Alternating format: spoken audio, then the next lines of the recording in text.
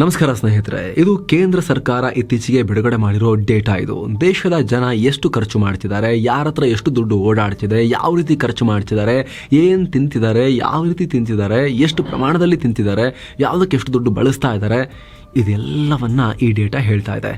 ಮುಂದೆ ಭಾರತ ಹೇಗೆ ಸಾಗಬೇಕು, ದೇಶದ ಆರ್ಥಿಕತೆ ಹೇಗಿರಬೇಕು, ದೇಶದ ಜನಕ್ಕೆ ಪಾಲಿಸಿಗಳನ್ನು ತರೋಕೆ ಈ ಡೇಟಾ ತುಂಬ ಇಂಪಾರ್ಟೆಂಟ್.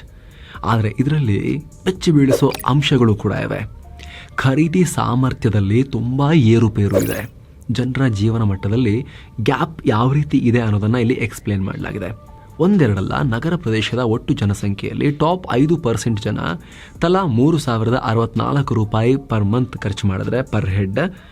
ಅದೇ 100ರಲ್ಲಿ ಕೊನೆಯಲ್ಲಿರೋ 40-50% ಜನ ಬರೀ 758 ರೂಪಾಯಿ ಖರ್ಚು ಮಾಡ್ತಿದ್ದಾರೆ ಪರ್ ಹೆಡ್ ಅಂತ. ನಗರ ಪ್ರದೇಶದ ಶ್ರೀಮಂತ ಜನಕ್ಕೆ ಅಂದರೆ ಈ ಟಾಪ್ 5% ಜನಕ್ಕೆ ತಿಂಗಳಿಗೆ 12 ಬಾಳೆಹಣ್ಣನ್ನು ಖರೀದಿ ಮಾಡಿ ಅವರು ತಿಂತಾ ಇದ್ರೆ, ಕೆಳಗಿರೋ ಲೇಯರ್ನಲ್ಲಿರೋರ ಸಾಮರ್ಥ್ಯ ಬರೀ 5 ಬಾಳೆಹಣ್ಣು ಮಾತ್ರ. ಹಾಗಿದ್ರೆ ಏನಿದು ಭಾರತದ ಒಳಗಿರೋ ಈ ಗ್ಯಾಪ್? ಕೇಂದ್ರ ಸರ್ಕಾರ ಬಿಚ್ಚಿಟ್ಟಿರೋ ಈ ವರದಿಯಲ್ಲಿ ಇರೋ ಅಂಶಗಳೇನು?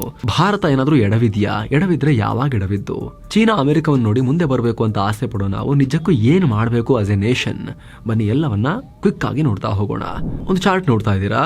ಆರೋಗ್ಯ, ಆಹಾರ, ಶಿಕ್ಷಣ ಎಲ್ಲದರಲ್ಲೂ ನಗರ ಪ್ರದೇಶ ಮತ್ತು ಗ್ರಾಮೀಣ ಪ್ರದೇಶದ ಜನ ಯಾವ ರೀತಿ ಕನ್ಸ್ಯೂಮ್ ಮಾಡ್ತಿದ್ದಾರೆ, ಯಾವ ರೀತಿ ಅನುಭೋಗಿಸ್ತಿದ್ದಾರೆ ಅನ್ನೋದು, ಎಷ್ಟು ಖರೀದಿ ಸಾಮರ್ಥ್ಯವನ್ನು ಹೊಂದಿದ್ದಾರೆ ಅಂತ ಹೇಳ್ತಿರೋ ಲೆಕ್ಕ ಇದು. ನಗರಗಳಲ್ಲಿರೋ ಟಾಪ್ 5% ಜನ ಆಹಾರಕ್ಕೆ ಪ್ರತಿ ತಿಂಗಳು ತಲಾ 5,903 ರೂಪಾಯಿ ಖರ್ಚು ಮಾಡಿದ್ರೆ, ಇವರಿಗಿಂತ ಚೂರು ಕೆಳಗಿರೋ 20-30% ಜನ 3,287 ರೂಪಾಯಿ ಖರ್ಚು ಮಾಡ್ತಿದ್ದಾರೆ. ಇವರಿಗಿಂತ ಸ್ವಲ್ಪ ಆದಾಯ ಕಮ್ಮಿ ಹೊಂದಿರೋ ಜನ 40-50% ಜನ ಬಾಟಮ್ನಲ್ಲಿರೋರು 2,684 ರೂಪಾಯಿ ಖರ್ಚು ಮಾಡ್ತಿದ್ದಾರೆ. ಈ ಪಟ್ಟಿಯಲ್ಲಿ ಕೆಳಗೆ ಬರೋರು ಅಂದರೆ ಆರ್ಥಿಕ ಪರಿಸ್ಥಿತಿ ದುರ್ಬಲವಾಗಿರೋರು ಬರೀ 2,028 ರೂಪಾಯಿ ಪರ್ ಹೆಡ್ ಖರ್ಚು ಮಾಡ್ತಿದ್ದಾರೆ. ಅಂದರೆ ಸರಿಯಾಗಿ ನೋಡಿ, ನಗರ ಪ್ರದೇಶದಲ್ಲಿ ಟಾಪ್ನವರಿಗಿಂತ ಅದೇ ನಗರದಲ್ಲಿ ವಾಸಿಸ್ತಿರೋ ಆರ್ಥಿಕ ಸಾಮರ್ಥ್ಯ ಕಮ್ಮಿ ಇರೋರ ಆಹಾರದ ಮೇಲೆ ಖರ್ಚು ಮಾಡೋ ಸಾಮರ್ಥ್ಯ 1.5 ಪಟ್ಟು ಕಮ್ಮಿ ಇದೆ. ಹಾಗೆ ಗ್ರಾಮೀಣ ಭಾಗಕ್ಕೆ ಹೋಗೋಣ. ಈಗ ಗ್ರಾಮೀಣ ಭಾಗದ ಟಾಪ್ 5% ಜನ ಆಹಾರಕ್ಕೆ ಅಂತ ತಿಂಗಳಿಗೆ 3,763 ರೂಪಾಯಿ ಪರ್ ಹೆಡ್ ಖರ್ಚು ಮಾಡಿದ್ರೆ, ಅಲ್ಲೇ ಕೆಳಗಿರುವಂಥ ಸ್ವಲ್ಪ ಕೆಳಗಿರುವಂಥ ಇನ್ನೊಂಚೂರು ಕಮ್ಮಿ ಸಾಮರ್ಥ್ಯ ಇರೋ ಜನ 20-30% ಜನ 2,290 ರೂಪಾಯಿ ಖರ್ಚು ಮಾಡ್ತಾರೆ. ಅದಕ್ಕೂ ಕಮ್ಮಿ ಆರ್ಥಿಕ ಸಾಮರ್ಥ್ಯ ಇರೋರು, ಸ್ವಲ್ಪ ಕೆಳಗೆ ಬರೋರು 1,899 ರೂಪಾಯಿ ಪರ್ ಹೆಡ್ ಖರ್ಚು ಮಾಡ್ತಾರೆ. ಆರ್ಥಿಕ ಸಾಮರ್ಥ್ಯದಲ್ಲಿ ಬಾಟಮ್ನಲ್ಲಿ ಬರೋ, ಕೆಳಗೆ ಬರೋ 20-30% ಜನರ ಶಕ್ತಿ ಇರೋದು ಪರ್ ಹೆಡ್ 1,463 ರೂಪಾಯಿ ಪ್ರತಿ ತಿಂಗಳು ಆಹಾರ ಖರ್ಚು ಮಾಡೋಕ್ಕೆ ಅಷ್ಟೇ ಅಂತ ಈ ರಿಪೋರ್ಟ್ ಹೇಳ್ತಾ ಇದೆ. ಇನ್ನು ಶಿಕ್ಷಣದ ವಿಚಾರಕ್ಕೆ ಬಂದರೆ, ನಗರ ಪ್ರದೇಶದಲ್ಲಿ ಟಾಪ್ 5% ಜನ 1,578 ರೂಪಾಯಿ ಖರ್ಚು ಮಾಡಿ ಒಳ್ಳೆ ಶಿಕ್ಷಣವನ್ನು ಪಡೀತಾ ಇದ್ದಾರೆ, ಪ್ರೈವೇಟ್ ಎಜುಕೇಷನ್ ಎಲ್ಲ. ಆದರೆ ಅದೇ ಸಿಟಿಯಲ್ಲಿರೋ 20-30% ಬಾಟಮ್ನಲ್ಲಿ ಬರುವಂಥ ಜನರ ಶಿಕ್ಷಣ ವೆಚ್ಚ, ಕೆಳಗೆ ಬರುವಂಥ ಆರ್ಥಿಕ ಸಾಮರ್ಥ್ಯದ ಶಿಕ್ಷಣ ವೆಚ್ಚ ಬರೀ 184 ರೂಪಾಯಿ ಇದೆ. ಮಧ್ಯದಲ್ಲಿ ಬರೋರು, ಸ್ವಲ್ಪ ಉತ್ತಮವಾಗಿರೋರು 545 ರೂಪಾಯಿ ಖರ್ಚು ಮಾಡಿದ್ರೆ, ಉಳಿದ 40-50% ಜನ ಮಧ್ಯನೂ ಅಲ್ಲ ಕೆಳಗೂ ಅಲ್ಲ, ಮಧ್ಯ ಮತ್ತು ಬಾಟಮ್ ತಳ ಅದರ ಮಧ್ಯದಲ್ಲಿ ಬರೋರು 347 ರೂಪಾಯಿ ಖರ್ಚು ಮಾಡ್ತಿದ್ದಾರೆ ಪರ್ ಹೆಡ್ ಶಿಕ್ಷಣಕ್ಕೆ ಅಂತ ಗೊತ್ತಾಗಿದೆ. ಹಾಗೆ ಗ್ರಾಮೀಣ ಜನರ ಲೆಕ್ಕ ಕೇಳಿ. ಟಾಪ್ 5% ಜನಕ್ಕೆ ತಿಂಗಳಿಗೆ ತಲಾ 400 ರೂಪಾಯಿ ಖರ್ಚು ಮಾಡಿ ಶಿಕ್ಷಣ ಪಡೆಯೋ ಸಾಮರ್ಥ್ಯ ಇದೆ. ಆದರೆ ತೀರಾ ಬಾಟಮ್ನಲ್ಲಿರೋ 20-30% ಜನರ ವೆಚ್ಚ ಗ್ರಾಮೀಣ ಭಾಗದಲ್ಲಂತೂ ಬರೀ 75 ರೂಪಾಯಿ ಪ್ರತಿ ತಿಂಗಳು ಪರ್ ಹೆಡ್ ಶಿಕ್ಷಣದ ಮೇಲೆ ಖರ್ಚಿಗೆ ಸಾಮರ್ಥ್ಯ. ಸ್ವಲ್ಪ ಚೆನ್ನಾಗಿರೋರು 165 ರೂಪಾಯಿ ಖರ್ಚು ಮಾಡಿದರೆ ಗ್ರಾಮೀಣ ಭಾಗದಲ್ಲಿ, ಇನ್ನುಳಿದ 40-50% ಜನರ ಶಕ್ತಿ, ಇವರು ಬಾಟಮೂ ಅಲ್ಲ ಮಧ್ಯನೂ ಅಲ್ಲ, ಅದೆರಡರ ಮಧ್ಯೆ ಬರೋರು 118 ರೂಪಾಯಿ ಖರ್ಚು ಮಾಡೋ ಸಾಮರ್ಥ್ಯವನ್ನು ಹೊಂದಿದ್ದಾರೆ. ಸೊ ನಗರ ಪ್ರದೇಶದ ಟಾಪ್ 5% ಜನರ ಶಿಕ್ಷಣ ವೆಚ್ಚ ಪ್ರತಿ ತಿಂಗಳು ಪರ್ ಹೆಡ್ 1,578 ರೂಪಾಯಿ ಇದ್ರೆ, ಅದೇ ಗ್ರಾಮೀಣ ಪ್ರದೇಶದ ಬಾಟಮ್ನಲ್ಲಿರೋರ ಸಾಮರ್ಥ್ಯ, ತಳದಲ್ಲಿರೋರ ಸಾಮರ್ಥ್ಯ ಪ್ರತಿ ತಿಂಗಳಿಗೆ ಪರ್ ಹೆಡ್ 75 ರೂಪಾಯಿ ಮಾತ್ರ ಶಿಕ್ಷಣದ ಮೇಲೆ ಖರ್ಚು ಮಾಡೋ ಸಾಮರ್ಥ್ಯ ಇರೋದು. ಇದು ಆ್ಯಾವ್ರೇಜ್, ಅಫ್ಕೋರ್ಸ್ ಆ್ಯಾವ್ರೇಜ್, ಇದು ಎಲ್ಲರದು ಅಂತಲ್ಲ, ಆ್ಯಾವ್ರೇಜ್ ಇದು. ಅದರಲ್ಲಿ 75 ರೂಪಾಯಿ ಅಂದರೆ ಏನು ಸ್ವಾಮಿ, ಅವರಿಗೆ ಬಸ್ಸಿಗೆ ಹೋಗೋಕ್ಕೂ ಕೂಡ ಆಗೋದಿಲ್ಲ ಆ ದುಡ್ಡಲ್ಲಿ, ಪ್ರತಿ ತಿಂಗಳು ಫುಲ್ ಮಂತಿಗೆ ಬಸ್ ಖರ್ಚಿಗೂ ಕೂಡ ಸಾಕಾಗೋದಿಲ್ಲ. ಏನು ಸ್ನೇಹಿತರೆ, ವರದಿಯಲ್ಲಿ ಮುಂದುವರಿಯೋಕ್ಕಿಂತ ಮುಂಚೆ 7 ಸ್ಯಾಂಡ್ಸ್ ಟೂರಿಸಂ ಕಂಪನಿ ಕಾಶಿ ಅಯೋಧ್ಯೆಗೆ ಮತ್ತೊಂದು ಟ್ರಿಪ್ ಆಯೋಜನೆ ಮಾಡಿದೆ. ಬೆಸ್ಟ್ ಆಫರ್ ಪ್ರೈಸ್ 39,500 ರೂಪಾಯಿ ಮಾತ್ರ. ಕಾಶಿ, ಅಯೋಧ್ಯೆ, ತ್ರಿವೇಣಿ ಸಂಗಮ, ಗಯಾ, ಬೋಧ್ ಗಯಾ ಎಲ್ಲ ಕಡೆ ಹೋಗೋದಿರುತ್ತೆ. 4 ನೈಟ್ 5 ಡೇಸ್ ಟ್ರಿಪ್ ಇದು. ಈ ಪ್ಯಾಕೇಜ್ ನಲ್ಲಿ ಫ್ಲೈಟ್ ಟಿಕೆಟ್ಸ್, 3 ಸ್ಟಾರ್ ಹೋಟೆಲ್ ನಲ್ಲಿ ಸ್ಟೇ, ಆಲ್ ಮೀಲ್ಸ್, ದರ್ಶನ, AC ಟ್ರಾನ್ಸ್ಪೋರ್ಟ್ ವ್ಯವಸ್ಥೆ, boating, auto charges, 24/7 tour manager ಸೌಲಭ್ಯ ಹಾಗೂ ಹಿರಿಯ ನಾಗರಿಕರಿಗೆ ವಿಶೇಷ ಆರೈಕೆ ಎಲ್ಲ ಇರುತ್ತೆ. ಹೊರಡೋ ದಿನ 9 ಮಾರ್ಚ್ 2025. ಕೆಲವೇ ಸೀಟುಗಳು ಲಭ್ಯ. ಆಸಕ್ತರು ಈ ನಂಬರ್ಗೆ ಕಾಲ್ ಮಾಡಿ ನಿಮ್ಮ ಸೀಟನ್ನ ಕೂಡ ಬುಕ್ ಮಾಡಿ. ಈಗ ವರದಿಯಲ್ಲಿ ಮುಂದುವರಿಯೋಣ. ಇನ್ನು ಆರೋಗ್ಯ ನೋಡಿ, ಟಾಪ್ 5% ನಗರ ಪ್ರದೇಶದ ಜನ ತಮ್ಮ ಆರೋಗ್ಯದ ಮೇಲೆ ₹1,543 ಖರ್ಚು ಮಾಡೋ ಎಬಿಲಿಟಿಯನ್ನ ಹೊಂದಿದ್ದಾರೆ. ಆದ್ರೆ 2ನೇ ಲೇಯರ್ ನಲ್ಲಿ ಬರೋರ ಶಕ್ತಿ ₹481 ಮಾತ್ರ. 3ನೇ ಲೇಯರ್ ನಲ್ಲಿರೋರು ₹337. ಬಾಟಮ್ ನಲ್ಲಿರೋರ ಶಕ್ತಿ ಪರ್ ಹೆಡ್ ಪರ್ ಮಂತ್ ₹208 ಮಾತ್ರ ಇದೆ ಆರೋಗ್ಯದ ಮೇಲೆ ಖರ್ಚು ಮಾಡೋ ಶಕ್ತಿ. ಇನ್ನು ಇದೇ ಪ್ಯಾರಾಮೀಟರ್ ಗ್ರಾಮೀಣ ಪ್ರದೇಶದಲ್ಲಿ ನಾವು ನೋಡಿದ್ರೆ ಟಾಪ್ 5% ಜನರ health expenses ₹1,399 per head per month ಇದ್ರೆ ಪಟ್ಟಿಯ ಕೊನೆಯಲ್ಲಿರೋರ ಶಕ್ತಿ ₹119 ಮಾತ್ರ ಪರ್ ಹೆಡ್ ಪರ್ ಮಂತ್. ಸ್ವಲ್ಪ ಇವ್ರಿಗಿಂತ ಬೆಟರ್ ಇರೋರು ₹317 ಮಾಡ್ತಾರೆ. ಚೂರು ಮೇಲೂ ಅಲ್ಲ ಬಾಟಮ್ ಅಲ್ಲ, ಮಧ್ಯ ಅಂತಿರೋರು ₹317 ಖರ್ಚು ಮಾಡ್ತಾರೆ. ಏನು ಮಧ್ಯನೂ ಅಲ್ಲ, ಫುಲ್ ಬಾಟಮೂ ಅಲ್ಲ, ಅದೆರಡರ ನಡುವೆ ಇರೋರು 40-50% ಜನ ಬರೀ ₹212 per head per month health ಮೇಲೆ ಖರ್ಚು ಮಾಡ್ತಾರೆ. ಇದರ ಅರ್ಥ ಹಳ್ಳಿಗಳಿಂದ ನಗರಗಳ ತನಕ ಎಲ್ಲ ಕಡೆ ಆರೋಗ್ಯ, ಶಿಕ್ಷಣ, ಆಹಾರದಲ್ಲಿ 5-6 ಪಟ್ಟು ಗ್ಯಾಪ್ ಇದೆ, ಅಂತರ ಇದೆ. ಹಾಗೆ ಡ್ಯೂರಬಲ್ಸ್, ಕನ್ಸ್ಯೂಮರ್ ಡ್ಯೂರಬಲ್ಸ್ ಕಡೆ ಬನ್ನಿ. ಅಂದರೆ TV, fridge, washing machine, car, ಆಮೇಲೆ ನಿಮಗೆ dish washer, fan, mixie, iron box, ಈ ಥರದ್ದೆಲ್ಲ ಬನ್ನಿ. ಮನೇಲಿ ದೀರ್ಘಕಾಲ ಬಾಳಿಕೆ ಬರೋ ಸಾಮಾನು, ಇದನ್ನು ಕೊಳ್ಳೋ ಸಾಮರ್ಥ್ಯದಲ್ಲೂ ಕೂಡ ತುಂಬ ಗ್ಯಾಪ್ ಇದೆ. ನಗರ ಪ್ರದೇಶದಲ್ಲಿ 5% ಜನ, ಟಾಪ್ 5% ಜನ ಇಂತಹ ವಸ್ತುಗಳನ್ನು ಖರೀದಿ ಮಾಡೋಕ್ಕೆ ತಲಾ ₹3,064 ಪರ್ ಹೆಡ್ ಪರ್ ಮಂತ್ ಖರ್ಚು ಮಾಡೋ ಸಾಮರ್ಥ್ಯವನ್ನು ಹೊಂದಿದರೆ, ಅದೇ ಸಿಟಿಯಲ್ಲಿ ಫುಲ್ ಆರ್ಥಿಕ ಸಾಮರ್ಥ್ಯದಲ್ಲಿ ಕೆಳಗೆ ಬರೋ ಜನ ಬರೀ ₹513 ಮಾತ್ರ ಖರ್ಚು ಮಾಡುವಷ್ಟು ಸಾಮರ್ಥ್ಯವನ್ನು ಹೊಂದಿದ್ದಾರೆ ಪರ್ ಹೆಡ್ ಪರ್ ಮಂತ್. ಏನು ಗ್ರಾಮೀಣ ಭಾಗದಲ್ಲಂತೂ ಟಾಪ್ 5% ಜನಕ್ಕೆ ಈ ಕನ್ಸ್ಯೂಮರ್ ಡ್ಯೂರಬಲ್ಸ್ ಮೇಲೆ ₹1,556 ಖರ್ಚು ಮಾಡೋ ಸಾಮರ್ಥ್ಯ ಇದ್ದರೆ, ಬಾಟಮ್ನಲ್ಲಿ ಬರುವಂಥ ಜನ 95% ಜನರ ವೆಚ್ಚ ₹700 ದಾಟೋದಿಲ್ಲ ಕನ್ಸ್ಯೂಮರ್ ಡ್ಯೂರಬಲ್ಸ್ ಪರ್ಚೇಸ್ ಮಾಡೋ ಸಾಮರ್ಥ್ಯಕ್ಕೆ ಪರ್ ಹೆಡ್ ಪರ್ ಮಂತ್. ಏನು ನಗರ ಪ್ರದೇಶದ ಟಾಪ್ನಲ್ಲಿರೋ 5% ಜನ ತಲಾ ₹2,781 ಕೊಟ್ಟು ಬದುಕೋ ಸಾಮರ್ಥ್ಯವನ್ನು ಪಡ್ಕೊಂಡಿದ್ದಾರೆ, ಈಗ ಬದುಕ್ತಿದ್ದಾರೆ ಕೂಡ. ಆದರೆ ಹಳ್ಳಿಗಳಲ್ಲಿ ಟಾಪ್ 5% ಜನ ಮನೆಯ ಬಾಡಿಗೆ ₹210 ಇದೆ. ಅಫ್ಕೋರ್ಸ್ ಇಲ್ಲಿ ಹಳ್ಳಿಗೂ ಸಿಟಿಗೂ ಸಾರಿಗೆ ಇನ್ನಿತರ ಕಾರಣಗಳಿಂದ ಹಾಗೆ ಎಕನಾಮಿಕ್ ಆಪರ್ಚುನಿಟಿ ಕಾರಣದಿಂದ ಜನ ಎಷ್ಟು ಜನ ಬರ್ತಾರೆ, ಡಿಮಾಂಡ್, ಅದೆಲ್ಲ ಕಾರಣಗಳಿಂದ ಜೀವನ ವೆಚ್ಚ, ಬಾಡಿಗೆ ಎಲ್ಲ ಡಿಫ್ರೆನ್ಸ್ ಇರುತ್ತೆ, ಬೇರೆ ಬೇರೆ ಇರುತ್ತೆ. ಅಲ್ಲಿ ಹಳ್ಳಿಲಿ 2 BHK ಮನೆಗಿರೋ ಬಾಡಿಗೆಗೂ ಸಿಟಿಲಿ 2 BHK ಮನೆಗಿರೋ ಬಾಡಿಗೆಗೂ 5-6 ಪಟ್ಟು ವ್ಯತ್ಯಾಸ ಇರುತ್ತೆ. ಆದರೆ ಅದೇ ಹಳ್ಳಿಯಲ್ಲಿರೋ ಆರ್ಥಿಕವಾಗಿ ದುರ್ಬಲರಾಗಿರೋ 20-30% ಜನ ಬರೀ ₹2 ಬಾಡಿಗೆ ಕೊಟ್ಟು ಅಬಿಲಿಟಿಯನ್ನು ಅಷ್ಟೇ ಹೊಂದಿದ್ದಾರೆ ಅನ್ನೋ ಒಂದು ಆಘಾತಕಾರಿ ಅಂಕಿಅಂಶವನ್ನು ಕೂಡ ಈ ರಿಪೋರ್ಟ್ ಹೇಳ್ತಾ ಇದೆ. ಹಳ್ಳಿಗಳಲ್ಲಿ ಬಾಡಿಗೆ ಮನೆ ಕಲ್ಚರ್ ಕಮ್ಮಿ, ಸಣ್ಣದಾದರೂ ಗುಡಿಸಲಾದರೂ ಮಾಡ್ಕೊಂಡಿರ್ತಾರೆ. ಹಾಗಾಗಿ ಇದರ ತೀವ್ರತೆ ನಮಗೆ ಗೊತ್ತಾಗ್ತಿಲ್ಲ ಅಷ್ಟೇ. ಇಲ್ಲ ಬಾಡಿಗೆ ಮನೇಲಿ ಇರಬೇಕು ಅನ್ನೋ ಪರಿಸ್ಥಿತಿ ಬಂದರೆ ಅವ್ರ ಹತ್ರ ಅದಕ್ಕೆ ಸಾಮರ್ಥ್ಯನೇ ಇಲ್ಲ ಅನ್ನೋದಿಲ್ಲಿ ಕಾಣಿಸ್ತಾ ಇದೆ. ಕೊನೆಯಲ್ಲಿ ಇನ್ನೊಂದು ಪಟ್ಟಿದೆ ನೋಡಿ, ಆಹಾರ ಬಿಟ್ಟು ಬೇರೆ ಅಗತ್ಯತೆಗಳಿಗೆ ಸಿಟಿಯ ಟಾಪ್ 5% ಶ್ರೀಮಂತರು ₹14,406 ಖರ್ಚು ಮಾಡ್ತಾರೆ.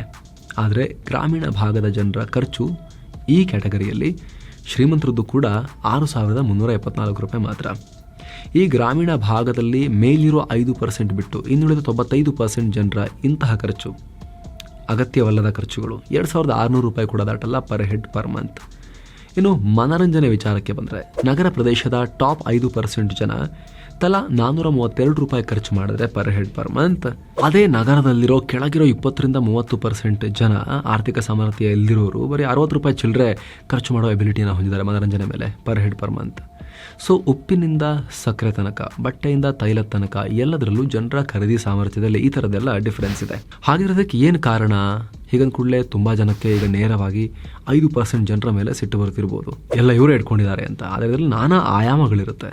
ಯಾಕಂದರೆ ಇದು ನಿನ್ನೆ ಮೊನ್ನೆ ಸೃಷ್ಟಿಯಾಗಿರೋ ಸಮಸ್ಯೆ ಅಲ್ಲ, ಸ್ವತಂತ್ರ ಭಾರತದಿಂದಲೂ ಇರೋ ಸಮಸ್ಯೆ. ಇನ್ಫ್ಯಾಕ್ಟ್ ಬೇರೆ ಬೇರೆ ರಾಷ್ಟ್ರಗಳಲ್ಲೂ ಕೂಡ ಆರ್ಥಿಕ ಅಭಿವೃದ್ಧಿ ಆಗಿ ಎಲ್ಲ ರಾಷ್ಟ್ರ ಶ್ರೀಮಂತ ಆದಮೇಲೂ ಕೂಡ ಟಾಪ್ 5%, ಮಿಡ್ 20%, ಲೋ 30% ಹಿಂಗೆ ಇದ್ದೇ ಇರುತ್ತೆ. ಶ್ರೀಮಂತರಲ್ಲೂ ಕೂಡ ಮತ್ತೆ ಸ್ಟ್ರಾಟಿಫಿಕೇಷನ್ ಆಗೇ ಆಗುತ್ತೆ, ಅದು ಬೇರೆ ವಿಚಾರ. ಆದರೆ ಓವರಾಲ್ ಭಾರತ ನಾವು ಅಷ್ಟೊಂದು ಶ್ರೀಮಂತರಲ್ಲ ಅನ್ನೋದೇ ಇಲ್ಲಿ ಬೇಜಾರಿ ಕಾರಣ ಆಗಿರೋ ವಿಚಾರ. ಇದಕ್ಕೆಲ್ಲ ಒಂದೇ ಸೊಲ್ಯೂಷನ್, ದೇಶದ ಆರ್ಥಿಕ ಪ್ರಗತಿ. ದೇಶದಲ್ಲಿ ಹಿಟ್ಟಿನ ಪ್ರಮಾಣ ಇಷ್ಟೇ ಇಟ್ಕೊಂಡು, ಹಿಟ್ಟಿನ ಪಾತ್ರೆ ಇಷ್ಟೇ ಚಿಕ್ಕದಿಡ್ಕೊಂಡು ನಾವು ಸಮಾನತೆ ಮಾಡ್ತೀವಿ, ಹಂಗೆ ಮಾಡ್ತೀವಿ, ಹಿಂಗೆ ಮಾಡ್ತೀವಿ ಆಗಲ್ಲ. ಏನೇಂದ್ರೂ ಕೂಡ ಸಣ್ಣ ಸಣ್ಣ ದೋಸೆ ಹಾಕಿ ಕೊಡಬೇಕು ಅಷ್ಟೇ. ಹಿಟ್ಟಿರೋದೇ ಇಷ್ಟಲ್ವಾ, ಜನ ಜಾಸ್ತಿ ಆದಂಗೂ ದೋಸೆ ಸೈಜ್ ಸಣ್ಣ ಮಾಡ್ತಾ ಹೋಗಬೇಕಾಗತ್ತೆ.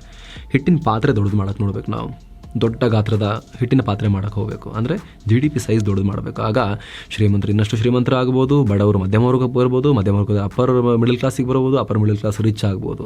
ಎಲ್ಲರಿಗೂ ಕೂಡ ಅವರ ಇರುವ ಕರೆಂಟ್ ಜೀವನ ಮಟ್ಟದಿಂದ ಅವ್ರು ಇನ್ನಷ್ಟು ಮೇಲಕ್ಕೆ ಹೋಗೋಕ್ಕೆ GDP ಗ್ರೋತ್ ಅನ್ನೋದು ಅವಕಾಶ ಮಾಡಿಕೊಟ್ಟೇ ಕೊಡುತ್ತೆ. ಹಾಗಾಗಿ GDP ಗ್ರೋತ್ ನಾವು $4 ಟ್ರಿಲಿಯನ್ $8 ಟ್ರಿಲಿಯನ್, 8ರಿಂದ 16 ಆದರೆ ಈಗ 18 ಟ್ರಿಲಿಯನ್ ಚೀನಾ ಇದೆ, 28 ಟ್ರಿಲಿಯನ್ ಅಮೆರಿಕ ಇದೆ. ನಾವೊಂದು 10-12 ಟ್ರಿಲಿಯನ್ ಡಾಲರ್ ಆದರೂ ಕೂಡ ಆದಷ್ಟು ಬೇಗ ಆದರೆ ಬೇಗ ನಮ್ಮ ಜನರ ಆರ್ಥಿಕ ಸಾಮರ್ಥ್ಯ ಕೂಡ ಅದೇ ಪ್ರಮಾಣದಲ್ಲಿ ಏರಿಕೆಯಾಗ್ತಾ ಹೋಗುತ್ತೆ. GDP ಗ್ರೋತ್ಗೂ ಜನರ ಆದಾಯ ಇನ್ಕ್ರೀಸ್ ಆಗೋದಕ್ಕೂ ಜನ ಶ್ರೀಮಂತರಾಗೋದಕ್ಕೂ ನೇರ ಲಿಂಕ್ ಇದೆ. ಜನ ಶ್ರೀಮಂತರಾದರೆ ಮಾತ್ರ ಅವರು ಕೂಡ ಚೆನ್ನಾಗಿ ಟ್ಯಾಕ್ಸ್ ಕಟ್ಟೋಕೆ ಸಾಧ್ಯ, ದೇಶ ಕೂಡ ಉದ್ಧಾರ ಆಗೋಕೆ ಸಾಧ್ಯ. ಜೊತೆಗೆ GDP ಹೆಚ್ಚಾಗಿ ಉದ್ಯೋಗಾವಕಾಶಗಳು ಸೃಷ್ಟಿಯಾಗೋ ಟೈಮ್ನಲ್ಲಿ ನಮ್ಮ ಯುವ ಜನತೆ ರೆಡಿ ಇರಬೇಕು, ಎಂಪ್ಲಾಯಬಿಲಿಟಿ ಇರಬೇಕು. ಡಿಗ್ರಿ ಮುಗಿತು ಹಿಡ್ಕೊಂಬಂದೆ ಏನೂ ಗೊತ್ತಿಲ್ಲ, ಗಂಧ ಗಾಳಿ ಗೊತ್ತಿಲ್ಲ, ಹಿಂಗೆ ನೋಡಿದ್ರೆ ಆಗೋದಿಲ್ಲ. ಆಮೇಲೆ ಸ್ಕಿಲ್ಡ್ ಆಗಿ ಹೊರಬರಬೇಕು. ಎಜುಕೇಷನ್ ಸಿಸ್ಟಮ್ ಕೂಡ ಕಂಪ್ಲೀಟ್ ರಿಫಾರ್ಮ್ ಆಗಬೇಕು. ನಮ್ಮಲ್ಲಿ ಮಿನಿಮಮ್ ಸ್ಕಿಲ್ಸ್ ಕೂಡ ಇರೋದಿಲ್ಲ. ಅವರು ಕಾಲೇಜ್ ಮುಗಿಸ್ಕೊಂಡು ಹೊರಬರೋ ಟೈಮ್ನಲ್ಲಿ ಸುಮ್ಮನೆ ಹೆಸರುಗೊಂಡು ಡಿಗ್ರಿ ಆಗಿರುತ್ತೆ. ತುಂಬ ಜನರಿಗೆ ಆ ಸಮಸ್ಯೆ ಇದೆ. ನ್ಯಾಷನಲ್ ಸ್ಕಿಲ್ ಡೆವಲಪ್ಮೆಂಟ್ ಕಾರ್ಪೊರೇಷನ್ ಪ್ರಕಾರ ದೇಶಕ್ಕೆ ಈಗಿರೋ ಉದ್ಯೋಗಾವಕಾಶದಲ್ಲಿ 10 ಕೋಟಿ ಸ್ಕಿಲ್ಡ್ ಲೇಬರರ್ಸೇ ಬೇಕು. ಆದರೆ ಸಪ್ಲೈ ಆಗ್ತಿರೋದು ಬರೀ 7 ಕೋಟಿ. ನಶಾ ಪದಾರ್ಥಗಳ ದಾಸರಾಗಿ ಓದೋ ಟೈಮ್ನಲ್ಲಿ ಮಾಡಬಾರ್ದ ಕೆಲಸ ಮಾಡಿಕೊಂಡು ನೋಡಬಾರ್ದನ್ನು ನೋಡಿಕೊಂಡಿದ್ರೆ ಅದರಿಂದ ರಾಷ್ಟ್ರ ಉದ್ಧಾರ ಆಗೋದಿಲ್ಲ, ವೈಯಕ್ತಿಕವಾಗಿ ವ್ಯಕ್ತಿಗಳು ಉದ್ಧಾರ ಆಗೋದಿಲ್ಲ. ಮತ್ತೊಂದು ಸರ್ಕಾರಿ ಉದ್ಯೋಗ ಅನ್ನೋ ಮಾಯಾ ಪ್ರಪಂಚದಿಂದ ಆ ಮಾಯಾ ಜಿಂಕೆ ಹಿಂದೆ ಓಡೋದನ್ನು ಬಿಟ್ಟು, ಅಂದರೆ ಪ್ರಯತ್ನ ಪಡಬಾರ್ದು ಅಂತಲ್ಲ, ಅದೇ ಜೀವನ ಅನ್ನೋದನ್ನು ನಾವು ಬಿಟ್ಟುಬಿಡಬೇಕು. ಯಾಕಂದರೆ 2022 ಅಂಕಿಅಂಶದ ಪ್ರಕಾರ ಕಳೆದ 8 ವರ್ಷದಲ್ಲಿ 22 ಕೋಟಿ ಜನ ಸರ್ಕಾರಿ ಕೆಲಸಕ್ಕಂತ ಅರ್ಜಿ ಹಾಕಿದ್ರು. ಆದರೆ ಕೆಲಸ ಪಡೆದಿರೋದು ಬರೀ 7.22 ಲಕ್ಷ, ಅಂದರೆ 0.33%. 99%ಕ್ಕಿಂತ ಹೆಚ್ಚಿನ ಜನರ ಪ್ರಯತ್ನ ಫಲ ಕೊಟ್ಟಿಲ್ಲ. ಸೊ ಸ್ನೇಹಿತರೆ, ದೊಡ್ಡ ಪ್ರಮಾಣದ ಜನಕ್ಕೆ ಉದ್ಯೋಗ ಕೊಡೋ ಸಾಮರ್ಥ್ಯ ಯಾವ ಸರ್ಕಾರಕ್ಕೂ ಇರೋದಿಲ್ಲ.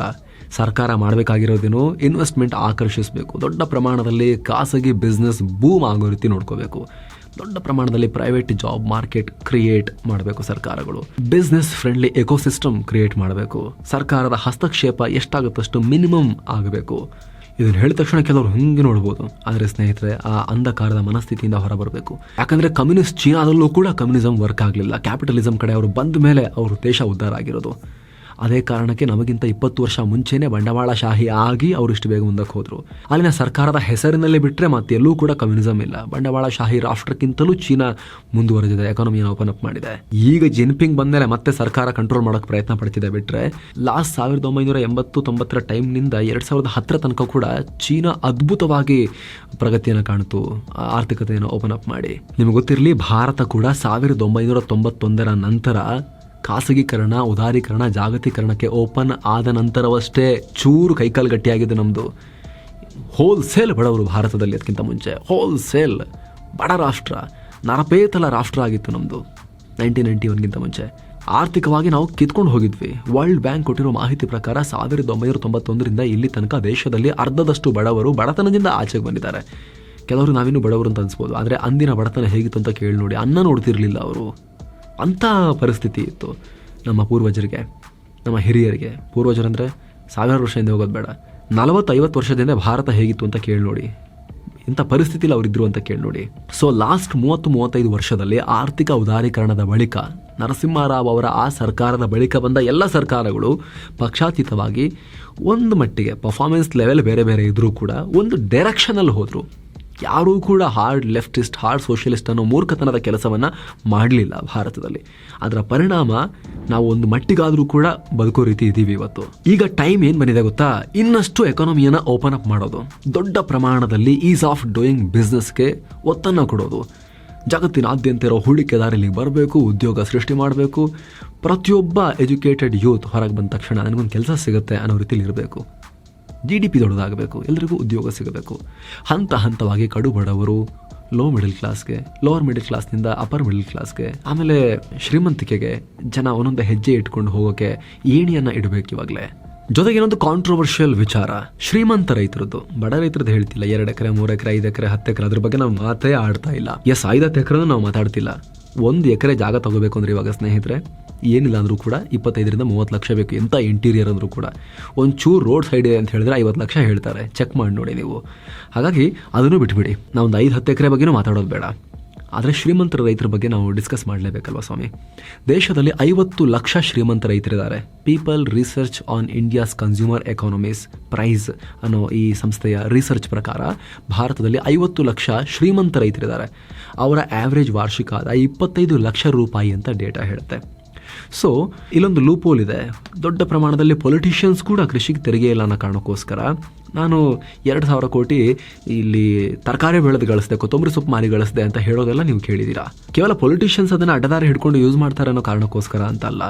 ದೊಡ್ಡ ದೊಡ್ಡ ರೈತರು ಯಾರಿರ್ತಾರೆ, 15 ಎಕರೆ, 20 ಎಕರೆ, 50 ಎಕರೆ, ಕೆಲವ್ರು 100 ಎಕರೆ, ಕೆಲವ್ರು 200 ಎಕರೆ, 500 ಎಕರೆ, ಅದು ಅಗ್ರಿಕಲ್ಚರಲ್ ಇನ್ಕಮ್ ಟ್ಯಾಕ್ಸ್ ಇಲ್ಲ ಅಂದರೆ ಏನರ್ಥ ಸ್ವಾಮಿ?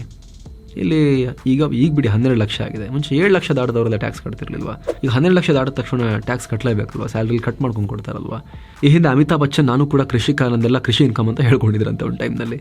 ಸೊ ಈ ಥರ ಆಗೋ ಪರಿಸ್ಥಿತಿ ಇರುತ್ತೆ. ಹಾಗಾಗಿ ನಮ್ಮ ದೇಶದ ನೀತಿ ನಿರೂಪಣೆಯಲ್ಲಿ ಈ ವಿಚಾರಗಳನ್ನು ಕೂಡ, ಈ ಆದಾಯದ ಸೋರಿಕೆ ಆಗಿ ಹೋಗೋದನ್ನು ಸ್ವಲ್ಪ ತಪ್ಪಿಸ್ಬೇಕು. ಜೊತೆಗೆ ಸರ್ಕಾರಿ ಸೌಲಭ್ಯಗಳು ಅರ್ಹರಿಗೆ ಮಾತ್ರ ಸಿಗಬೇಕು. ಹಂಗೆ ಮಾಡೋದ್ರಿದೆಯಲ್ಲ, ಈಗಿನ ನಿಜವಾದ ಬಡವರಿಗೆ, ರಿಯಲ್ ಬಡವರಿಗೆ ಈಗಿರೋದಕ್ಕಿಂತ ಡಬಲ್ ಬೆನಿಫಿಟ್ ಕೊಡೋಕ್ಕೆ ಸಾಧ್ಯ ಇದೆ.